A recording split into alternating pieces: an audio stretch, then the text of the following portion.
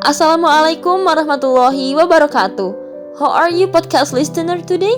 I hope you are always be healthy and always energetic. Seperti yang kita ketahui bersama, bahwa semenjak tahun 2019 ini sudah diselenggarakan pembelajaran melalui daring dikarenakan penyebaran virus corona yang mengharuskan kita menjaga jarak dengan teman-teman yang lain. Perlu kita sadari bahwa pembelajaran jarak jauh bukanlah suatu alasan yang membuat kita mengurangi rasa semangat terhadap belajar dan rasa ingin tahu tentang materi pembelajaran. Bahkan dengan diadakannya pembelajaran daring ini, teman-teman bisa tahu dengan merasakan metode pembelajaran baru yang belum pernah dirasakan sebelum pembelajaran daring ini berlangsung. Ya, salah satunya adalah belajar melalui podcast. Let me introduce myself. My name is Tasana Agustiningrum. I am a student of the Ahmad Dahlan University from the English Education Study Program. In this podcast, we will discuss about English learning material by the title Procedure Text. I believe you, listener of this podcast, are familiar with procedure text because procedure text, without us realizing it, always appear in English learning. Of course, and usually we can find a lot in food recipe book and behind food wrappers. Both the procedure text material this time I took from Basic Competencies 3.2 and 4.2. I will explain in detail the definition of procedure text, the purpose of procedure text, generic structure, and the other regarding procedure text. Teman-teman, pernahkah kalian mengikuti suatu tutorial? Misal, cara mudah belajar grammar bahasa Inggris. Hal yang berhubungan dengan langkah-langkah dalam mengerjakan sesuatu merupakan contoh dari prosedur teks.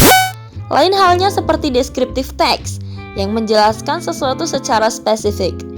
Dapat disimpulkan bahwa prosedur teks ini adalah teks yang berisikan perintah atau langkah-langkah dalam mengerjakan sesuatu. Dengan kata lain, prosedur teks ini dibuat untuk memberi gambaran bagaimana sesuatu dilakukan melalui langkah-langkah yang berurutan. Judul prosedur teks ini sangatlah mudah dikenali, teman-teman.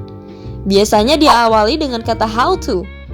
Misalnya seperti how to learn English quickly atau how to make a conversation in English. Next, kita bahas ciri-ciri prosedur teks. Yang pertama, menggunakan simple present tense. Kemudian menggunakan imperative sentence atau kalimat perintah seperti at to spoon, cook with low heat, dan lain sebagainya. Kemudian menggunakan action verb seperti add, put, turn, dan lain-lain. Menggunakan numbering seperti first, second, third, yang biasanya kita temukan di awal kalimat prosedur teks. Kemudian menggunakan conjunction atau kata penghubung seperti next, then, while, dan lain-lain.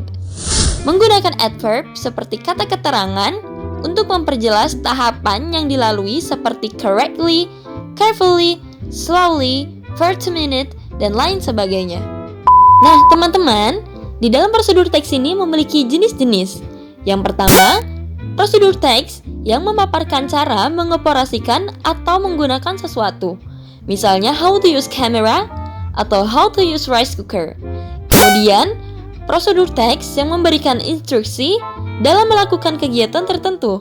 Misalnya, how to play guitar atau how to make a brownies. Kemudian, prosedur teks yang berkaitan dengan kiat-kiat menjalankan hidup. Contohnya seperti how to be successful in life atau how to make yourself happy. Teman-teman, sekarang kita masuk dalam pembahasan structure prosedur text. Yang pertama, ada goal atau aim yang berisikan maksud dan tujuan dari prosedur teks yang terkait.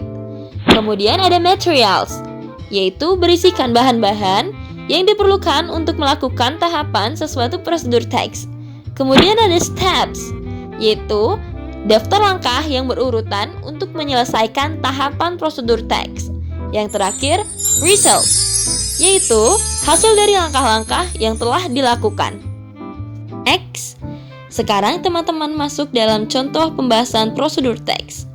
Seperti yang teman-teman lihat dan pahami, contoh yang dipaparkan adalah salah satu jenis prosedur teks yang memberikan instruksi dalam melakukan kegiatan tertentu.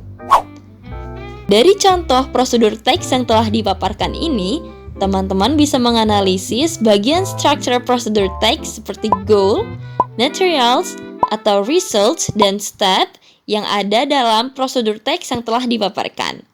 Alright, cukup sekian materi yang bisa saya sampaikan. Semoga bermanfaat. Goodbye, good luck, and so long. Wassalamualaikum warahmatullahi wabarakatuh.